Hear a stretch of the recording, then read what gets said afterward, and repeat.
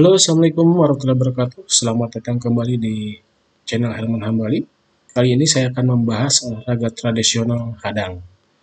Jadi sebenarnya permainan ini sangat familiar ya untuk anak-anak yang hidup di tahun 2000-an karena permainan olahraga ini sering kita mainkan dulu.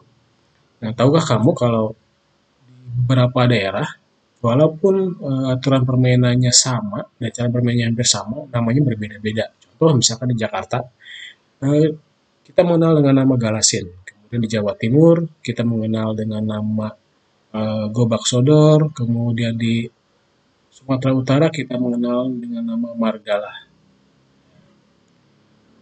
Kemudian di suatu hari, agar tidak terpaku pada salah satu nama daerah, maka Direktur Keolahragaan memberikan nama permainan tersebut dengan nama permainan Hadang.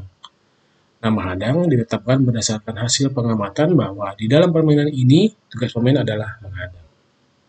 Jadi inti permainan Hadang, satu, penjaga. Dia menghadang lawan agar tidak bisa lolos melewati penjaga sampai garis terakhir dan kembali ke garis awal.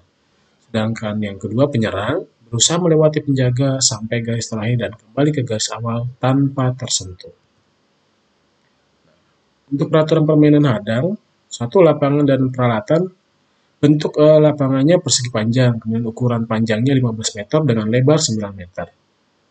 Garis dibuat dengan kapur atau tali atau benda lain yang sekiranya tidak membahayakan peserta. Lapangan permainan ditandai dengan garis lebar 5 cm. Ini seperti gambarannya. Panjangnya 15 meter, kemudian dibuat persegi panjang seperti ini, ada 6 bagian kotak. Lebarnya 9 meter, masing-masing kotak lebarnya 5 meter, kemudian panjangnya 5 meter, lebarnya 4,5 meter. Peralatan yang digunakan, satu, bendera, ini bisa digunakan oleh wasit. Kemudian kapur atau cat line paper, ini untuk garisnya. Kemudian tempat pencatat angka atau skor. Kemudian ada sempritan atau fluid. Kemudian ada jam atau stopwatch. Dan yang terakhir nomor dada. Permainan. Setiap regu ini dimainkan oleh 5 orang, terdapat 2 regu, bisa regu putra ataupun regu putri. Jadi kalau misalkan regu putra dengan regu putra lagi, regu putri dengan regu putri lagi.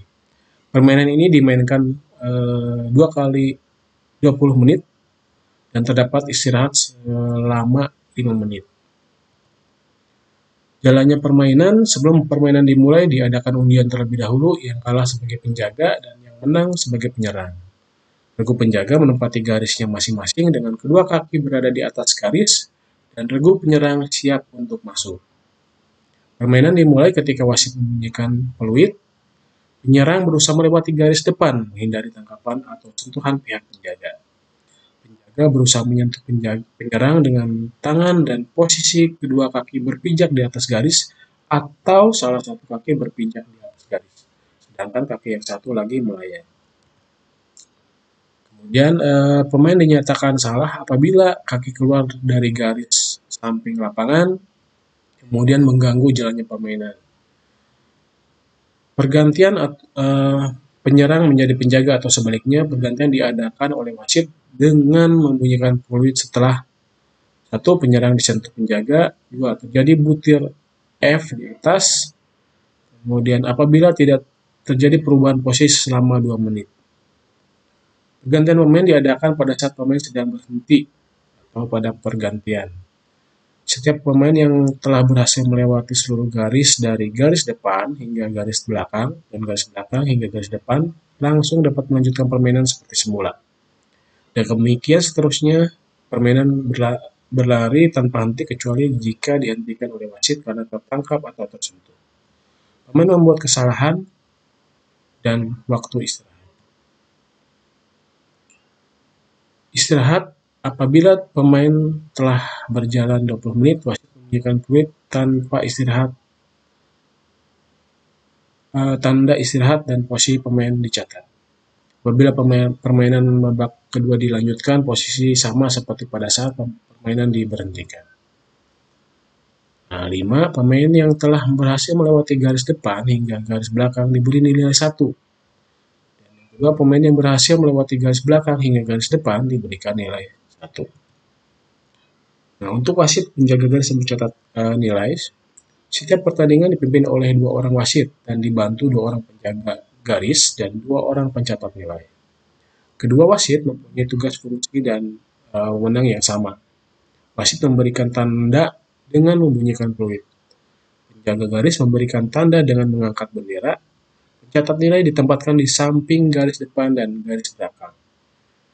Nilai atau angka dicatat di 2 papan nilai. Nah, untuk penentuan pemenang, pemenang ini ditentukan berdasarkan jumlah nilai yang diperoleh setelah waktu 2 kali 20 menit terakhir. Nah, itu dia sekilas tentang permainan hadang. Semoga bermanfaat. Assalamualaikum warahmatullahi wabarakatuh.